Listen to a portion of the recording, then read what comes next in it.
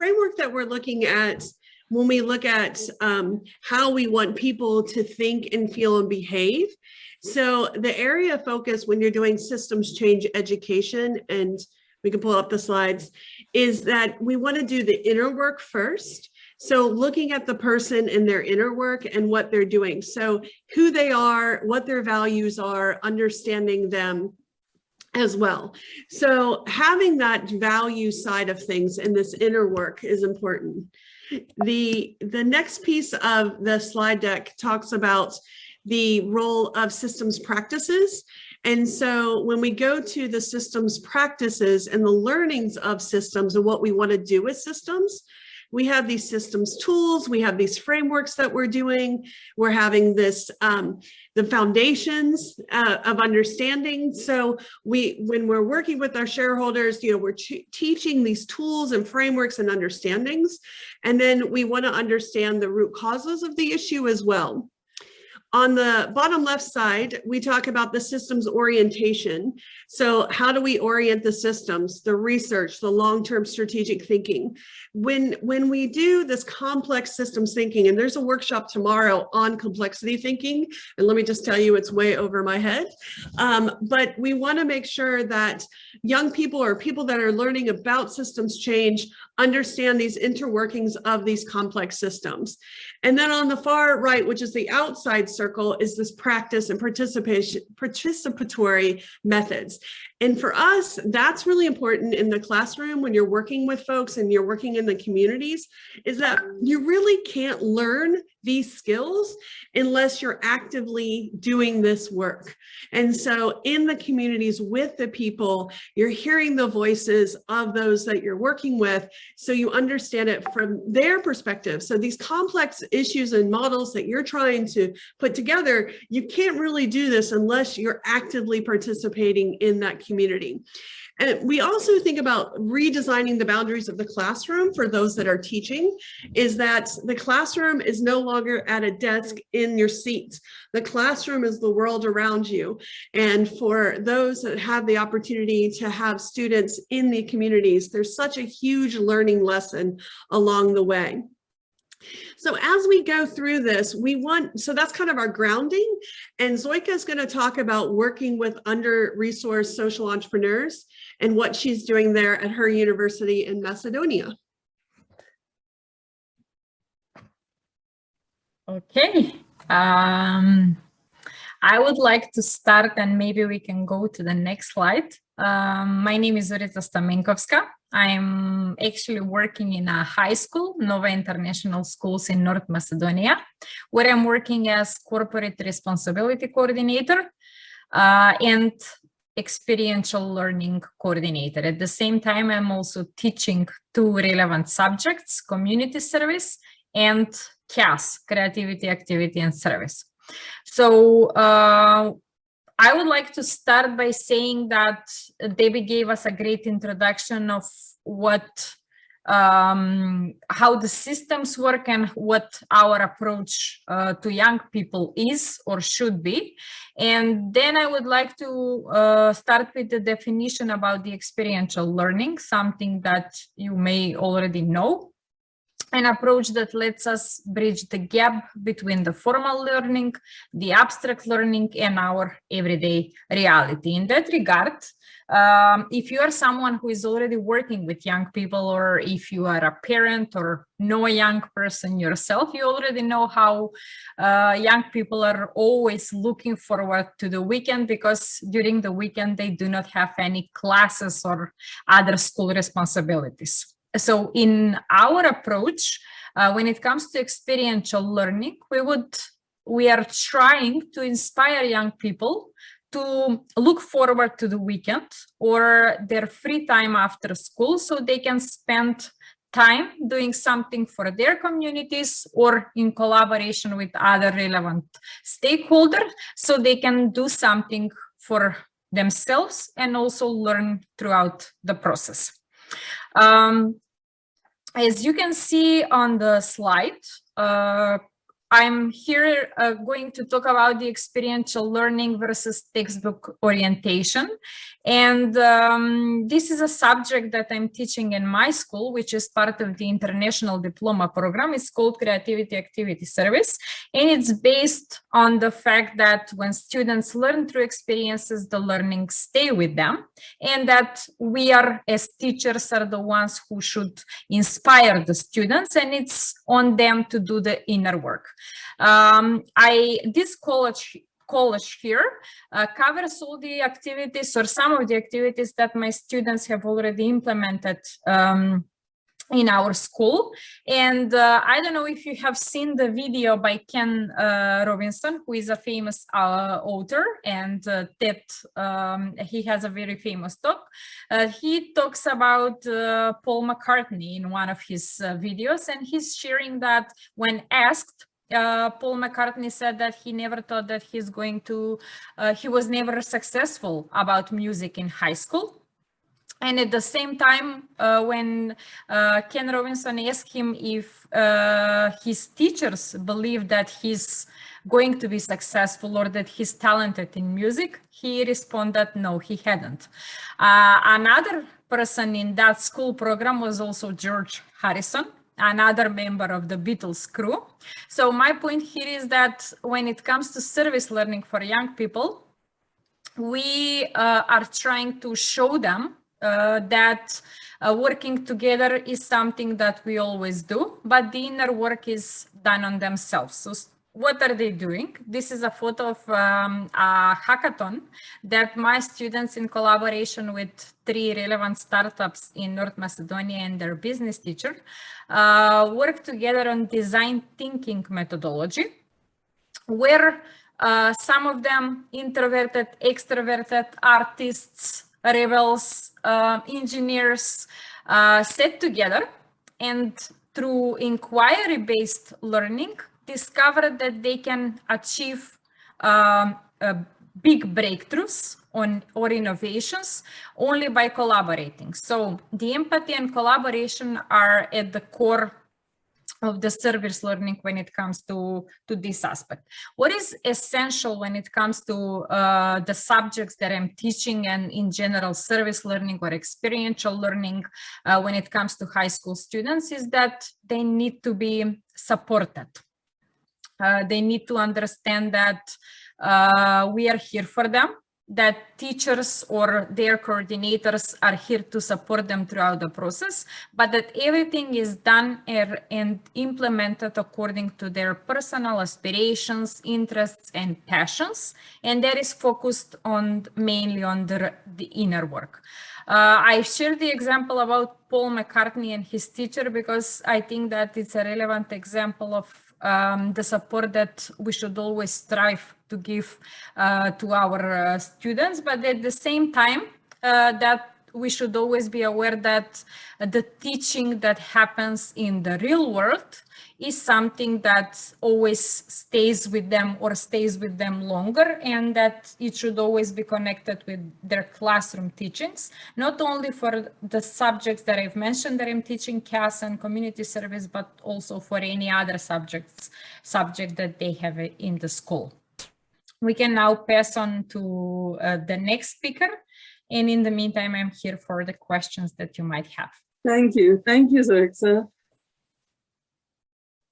Okay, so I'm Saleh Hakmwala, and the program that I built and developed at the University of Houston is called SURE. That's the acronym. It stands for Stimulating Urban Renewal Through Entrepreneurship. The students take the role of consultants, and that's why it's called the SURE Consulting Program. What is SURE? So SURE is an innovative educational platform that facilitates a value-added partnership between the University of Houston students, the under-resourced entrepreneurs from the local community, and Houston business leaders for a singular educational experience and unmatched community impact. How does this work?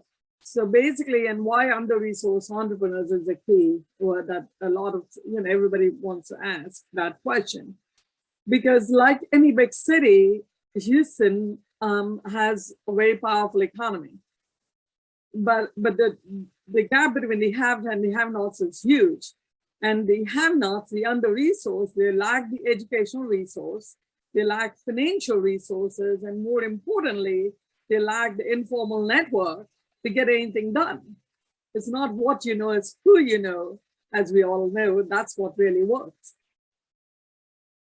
So why does our model work?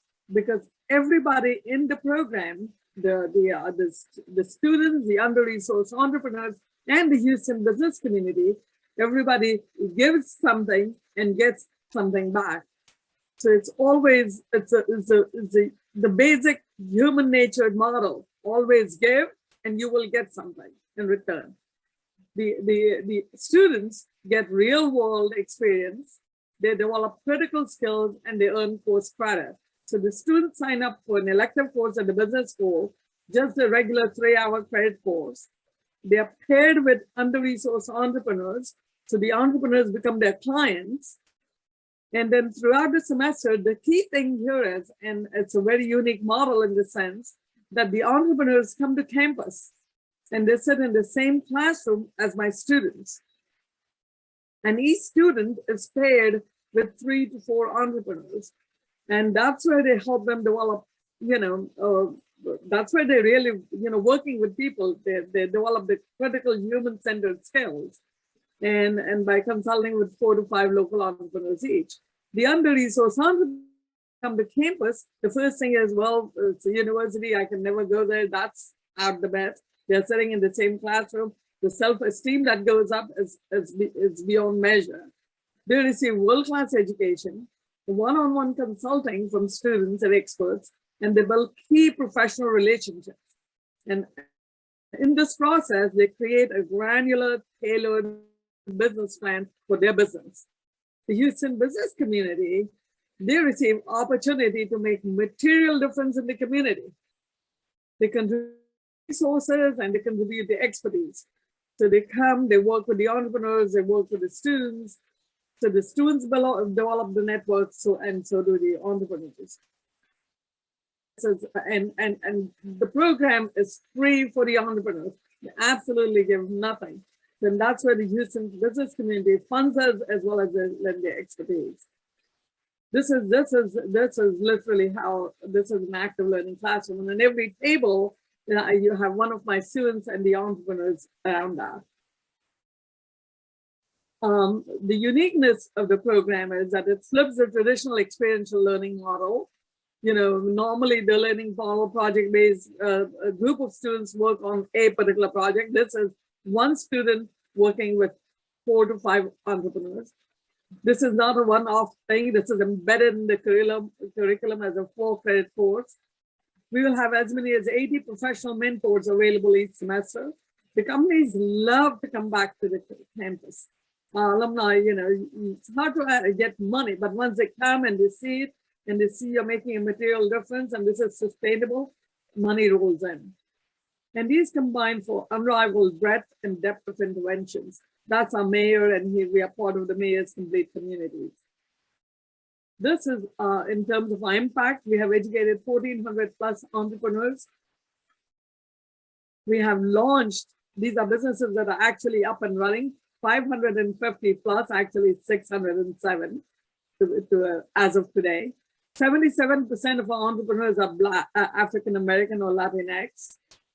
And the average age of an entrepreneur is 41, single person with 2 kids and so on, average, 63% are below the HUD, that's housing and urban development, that's the federal government's metric for determining income levels, and they're below the low income level.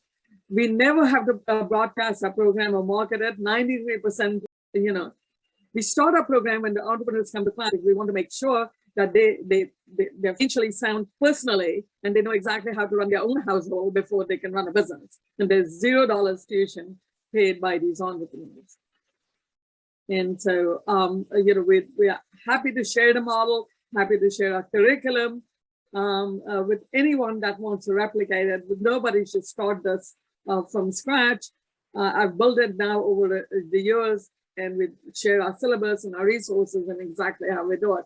The way the curriculum is designed is every class topic corresponds to a module of the business plan. So when the entrepreneurs come to campus and the business executives come and lecture, it is on a topic that corresponds to a module of the business plan. So with that, I am going to now pass it on.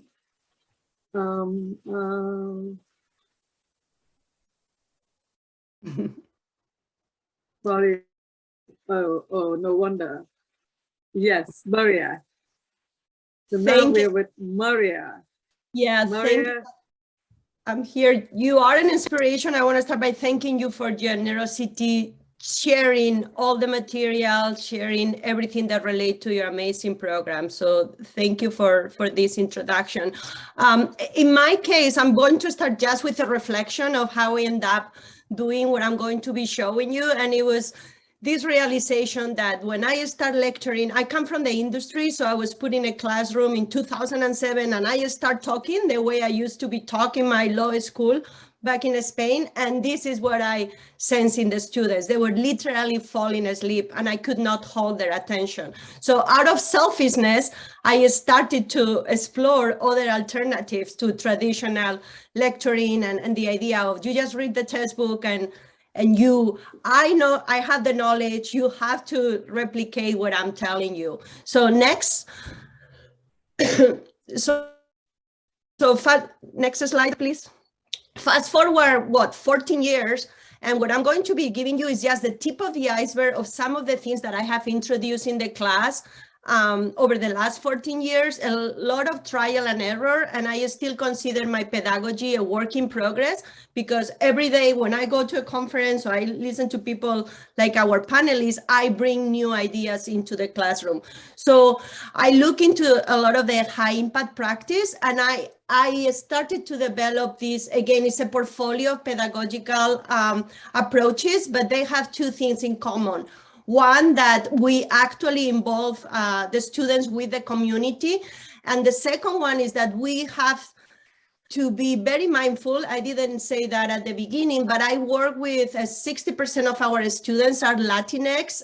English is their second language. They are first generation, and they are Pell Grant recipients in large numbers. So this is a group of students that haven't had some of the opportunities that traditional students, or in my case, myself have. So we have to have these two things in mind: interaction with community partners and the specificity of the students that we have. So let's go with the first one. Again, this is just going to be a 5-minute trip through everything that I do, but I could have spent a full hour talking about each of those. So if anything got your attention, let's continue the conversation offline. So next, please. Next slide. I don't have control. Yes. I'm trying. Yes. Yeah, no problem. It freezes up. I don't know why. Yes. Yeah, the previous one, yes. So the first one is what we have already talked, is the idea of experiential and service learning. And there are a number of different projects that we have done over the years. Some of them are actually internal community partners. So we have developed the ECOT classes, where we provide with business clothes for students. We didn't have that on campus. So now when the students have an interview, they can take clothes, business clothes from the career center, but we have done plenty of projects with external partners. And I want to highlight this. Some of them are in the community, but we have done projects also internationally before even COVID hit. Next one. We also have a study abroad. In those efforts, we also combine not only bringing the students to another countries, but we also do experiential learning in the country.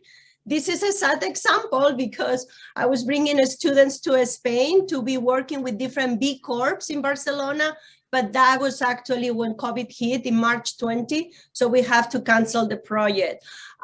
Next, please. What I did actually, I resorted to something called collaborative online international learning.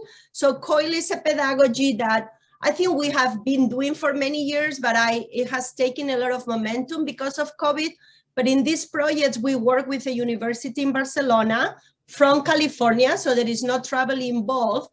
And we have mixed team of students, 2 from Barcelona, 2 from California, that work together solving a challenge posed by a social enterprise. So this COIL project are really combining experiential learning, service learning, plus of course the international aspect, and everything is done remotely. So we are, finger crossed, about to publish a paper where we describe the experience and the impact on the students. And it was a very successful effort, and we are doing it again this spring. Next one, yes. This is a little bit different. What we are doing here is not on a specific course or classroom, but we started a consulting agency within the business school. It's called CI Solutions. And we are been doing mainly marketing projects. But this spring, we are launching 2 new portfolio of services. We are helping companies interested in the B Corp certification to explore them. And in this case, I want to highlight this: the students get paid for their work. So it's not that they are getting credits, it is actually a pay agency. And we are also working with underrepresented communities, similar to the SURE program, micro enterprises, to help them with the business planning and launch. And we are partnering in this case with a nonprofit in our community. So I'm very excited about this piece. Next one. Another thing I do, I obviously engage undergrad in research. I'm a case writer and a case method teacher. So this is a couple of cases that we publish with students, and it goes without saying, when you are actually sitting in front of an entrepreneur asking questions, and then you have to reflect those on a case, there is a lot of learning for the students. So this has been also a very successful effort with undergrads. And next one, just to wrap it up, I talk about this virtuous circle because this is the beauty of what I think we are doing. We bring entrepreneurs to class, or we work with companies outside the classroom. Students, in this case, actually wrote the case, these 2 students, and a few months later, the company hired one of the students. And this is the email I received from the owner of the company, because through the course interaction with the student, he realized what an amazing student she was, and she got hired by this company. And I call it the virtuous circle because everything started in a class, and over the period of 2 or 3 classes that we were in collaboration with that company, the student was offered a job. So I'm especially proud of this example. So that's, again, this is just tip of the iceberg. I'm happy to share anything else in more detail, and I'll put my link in the chat so we can connect and I can take questions after. It's very exciting and very rewarding, and I think we have a lot of work ahead of us. So Debbie, can you go next? I do want to go ahead and do a quick pause. So if anyone has questions for Maria, I think the programming that's being offered at University of California, Channel Islands are absolutely insanely amazing. And then I think too, the diversity of opportunities is so great for the students. So does anyone have any questions for her before we move on? Yeah. That was an extra slide just to say that we also do a lot of events, but I think everyone's probably doing the same. But a lot of, the social science innovation, bringing in speakers, B Corp roundtables. So a lot going on in that front. I have a B Corp event coming on April, so I'm also happy to invite everyone. I'm going to have a couple of B Corp founders to join us. No questions? That worries me with my students. When there is no questions, but thank you. Thank you, Maria. Thank you. This was very inspirational. And with that, we now go to, obviously, Debbie. Yeah. So we'll switch to the slides. Jean, did you have something to add? Because I saw you unmuted. Jean is an amazing professor that's out of Chicago who has retired, but he's still working in communities.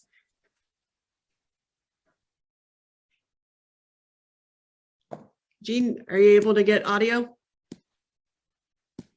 I don't know. I don't see the. No worries. Jean, at don't- some point, yeah. we'll get him to jump in because he's done some cool things in different parts of the world. So some course content and opportunities. For those of you that are social entrepreneurs, you know that, how to get people thinking about the end goal that we want to achieve within our organization. And so the theory of change is just a great model doing that backwards thinking where, this starting with the end impact, the social impact, that long-term objectives, outcomes that we want, and working our way backwards. And traditionally in the nonprofit world, we tended to say, well, oh, we've got these resources, we've got these activities we can do, and then you go build up your program. What we're saying is you start at the end goal, the social impact you want to achieve, and work your way backwards. I like this idea, if you know National Foundation for Teaching Entrepreneurship, which is out, it started in New York City in the Bronx. And their end goal was to decrease the number of kids that dropped out of high school.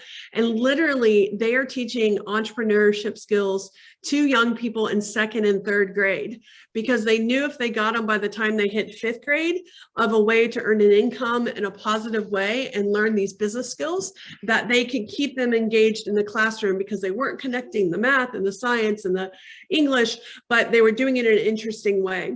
They also, on an end impact goal for them, was decreasing the number of kids that ended up drug addicted or ended up in jail for, getting into trouble.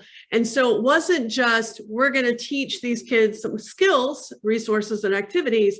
It's an impact. We're going to look at the big numbers here and see if we can increase the number of kids that go through this program that stay past 5th, 6th, 7th, 8th grade, and then hopefully, and then their graduation rates would be done. So it gives you an example of why theory of change is a great model. And those resources is there, the links at the bottom, and we'll share all the PowerPoint slides with you. The next one is the 60-minute MVP. And I love the minimal value product. And it comes from this team that teaches traditional entrepreneurship. But let me tell you, when you work in communities and they don't have a website, it is so fun because you literally can create a website in 60 minutes. So those of us that had no technology skills all the way up to someone that's more experienced. So the link to that is shared as well. And it's basically a landing page for the business. And it's super easy. You've got, here's a platform you can use for free. We have all the students do it for projects, whether I've used it in social entrepreneurship with their clients in social entrepreneurship. I've used it in marketing where they come up with their new marketing project. So I've used it in multiple ways. And it's just really nice because I don't think young people realize I can create a website in like 60 minutes. That's crazy. So it's a really fun engagement opportunity. When we move on to the other opportunities that we can use in the classroom, I think one of my favorite is the social business model canvas. And I know like Camilla and some others are consulting and working with social enterprises. And the business model canvas developed by Osterweider, Smith and Peugeot and 400 plus people all over the world has been adapted by Denise Crossan. And if you don't know her, she's from Ireland and she's absolutely amazing. And she and the Social Innovation Lab at Swarthmore University took the business model canvas, turned it into the social business model canvas, and put it on Mural. She had no idea until I found this, but her Mural template is shared with everyone. It is so user-friendly. You can open it up in Mural, start typing in today, putting the information in. And it shows the difference between the traditional business model canvas and the social. What's the end impact that we want to achieve, the value proposition from the social perspective, making sure that we're thinking about the surplus of money. We're not just looking at our cost and our revenue streams, but what do we do with the surplus in there? And the next slide shows the actual business model canvas that they did. Now, I know it's super hard to see on the screen. The link can be shared in the chats. I think Natasha has it. If not, I'll share it later. No, it is in there. So Canvas, you can see an end one actually filled out, and then you can see the template, and you can take the template and adapt it yourself, change it, and use it for different folks. So we absolutely love the hands-on side of the social business model canvas. And if you're excited about it, because I am, there's actually a session later today. We'll put in the chat on just the business model, social business model canvas, and you can actually map it out in the session with Denise Crossan. It's part of the Learning Festival Planet as well. The Social Change Innovator site is the next thing I wanted to introduce you to. We're actually launching this with Catalyst 2030, and it originally was designed for educators who are teaching in this space. And what we realized is these resources are very helpful for our social entrepreneurs as well. So any topic area that might be new, like you want to use some design thinking or human-centered design, you can go into that module. The systems thinking for social change, we actually had some professors curate those materials, and actually Daniel Pappy Thornton, who's a practitioner, was part of that. And so all these resources are available to you, totally free. We give you the links directly to the materials. You can download them, you can use them. There's videos, there's articles, so you can kind of get a deeper understanding of a topic. What I talked about earlier, the theory of change, the theory of change readings, the theory of change templates are all available in that module. The business model canvas and the social business model canvas is part of that module. So we've given you all these resources so you can grab them and go. And we found that it's super helpful for folks because we all are in different places and different understanding levels. So we have materials that are kind of more introductory, and then we have some materials that are more advanced to kind of get the understanding. And our goal too was to share like the PowerPoint slides so that if you were doing a training session or teaching in the classroom, you're not reinventing the wheel. You've got pretty graphics to work with. You drag and drop them into what you're doing. So we don't have, as long as you cite the person that did the slide, we don't care, because it's all about the shared understanding. So the next part here is we wanted to give you guys times to talk about the experiences that you're having and some of the things that you're challenged in. And since we're a relatively small group, I think we still might want to do breakouts, but before we go into the breakouts, if you have any questions for any of our speakers, that would be great. Just unmute, ask questions. Hi, Devi, Ashish, and there is a very silly question, or silly, not a question, but a query. I really felt very troublesome while using 60-minute MVB, and it might be because of different challenges that may be very contextual to my location. But it would be very nice if you can please let me be the part of one of the event like 60-minute MVV, so that I could see you exhibiting or working on that particular exercise that will help me to at least learn or at least mimic Devi in my scenario, in my context. So yeah. It would be a pleasure for me if you allow me some time to just see your journey with 60-minute MVP. So to see how we did it. So the link for the 60-minute MVP, which I'd have to get that real quickly, but the website itself is just awesome because now these professors had actually have this that created these materials. They kind of explained it and went through it on how to do it. So it's super easy and user friendly. And then you can just adapt and go from there. Natasha's running the slides, so we're both trying to get the link. It's on the chat, Debbie. Here it is. I got it. It is from Teaching Entrepreneurship. Correct. Yeah. And so what I love about it is because, well, of course, the user-friendly is just a blast and they do tend to probably explain a little bit more than they need to about how to do it. But you're doing those landing pages and you do it on Wix, and Wix is a free platform.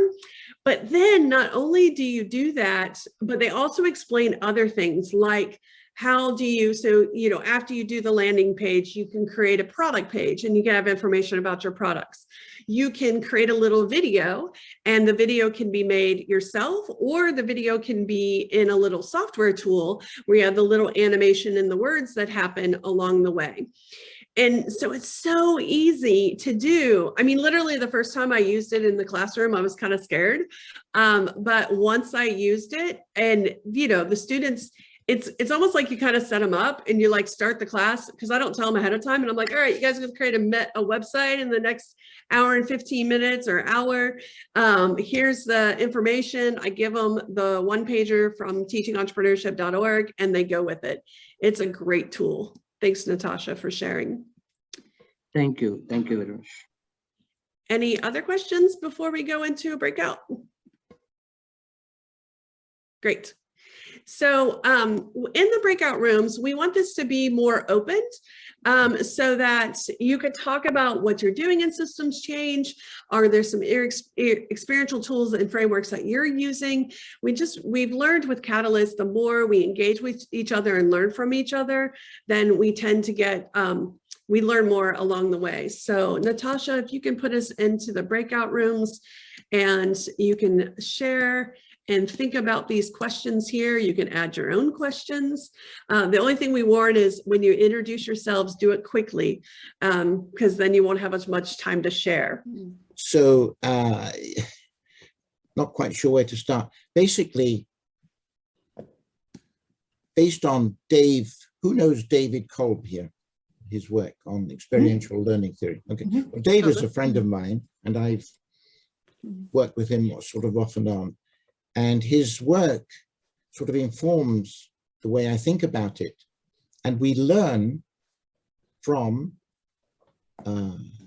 processing our experience. And this is what happens in the world, all around the world. And sometimes a lot of it happens without us thinking. Very often when we go and have a cup of tea with somebody, we start chatting about our experiences and about our hopes. And we begin to make sense of them. And it's the sharing and the trying to put them into some kind, make sense of them, that we begin to learn. And this happens every day with a lot of people, most of us. But it also happens when we ask learners, pupils, students to have an experience, for example, internships, project work, writing papers.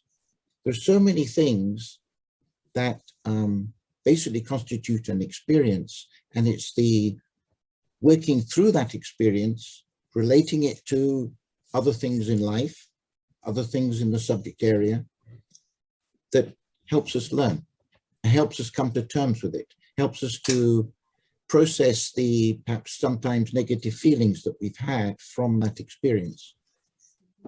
And it's in my view, it's not really done enough. I had students who would go on internships and I had to supervise them.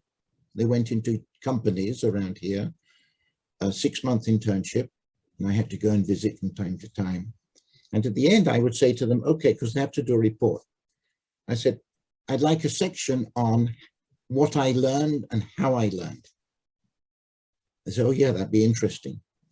And then after a couple of times, they'd come back to me and say, oh, well, they don't want that in the report. And I said, well, surely that's the thing that you did your internship for, to have this experience. And if you're going to take it on into the future, into your careers, to have some bit of insight into the way you learned is going to be helpful. Oh yes, that would be really good. But so there's a lot of resistance in many educational establishments, especially universities, to hands-on learning, to people thinking about their learning, and to providing opportunities for learners to learn together. So I think that, well, I've been listening to a lot of what you folks have been saying. It sounds absolutely wonderful.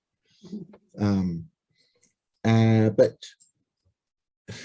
how can I say? people like you tend to get looked at rather suspiciously by what's it called, very conservative organizations like universities that shouldn't be conservative. I mean, they keep saying, oh, we're help to have new ideas, we're being innovative and so on, but it all stays the same. Yep. And I've seen it for years and years. I think my favorite when he said, you know, the as a parent, you know, hey, Anya, what did you learn at school today? Oh, we played a fun game. What did you learn? Oh, no, we played a fun game. And that reflection at what Maria said, and then that discussion and debrief is missing to make sure, did you get the learning piece? Did you get the learning piece?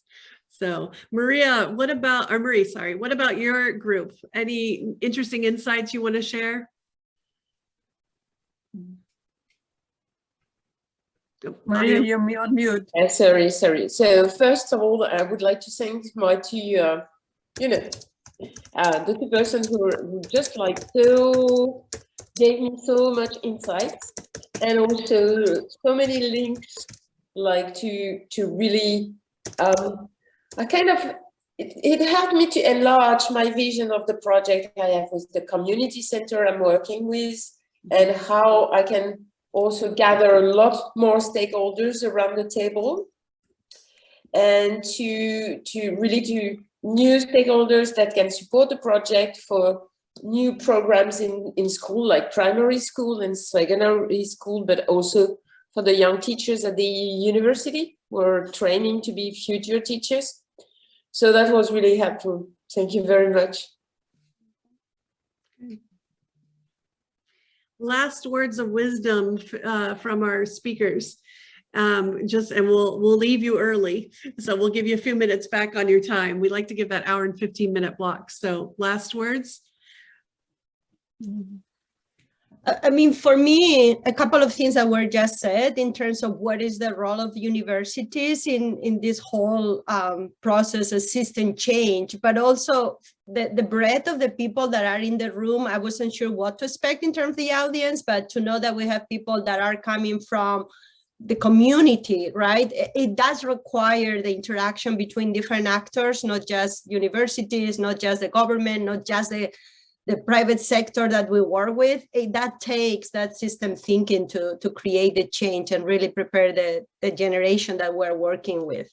That they are our hope, right? So yes, if we do it right, we will not be here in a few years. But I just love the diversity of the people that were in the room. So thank you, everyone.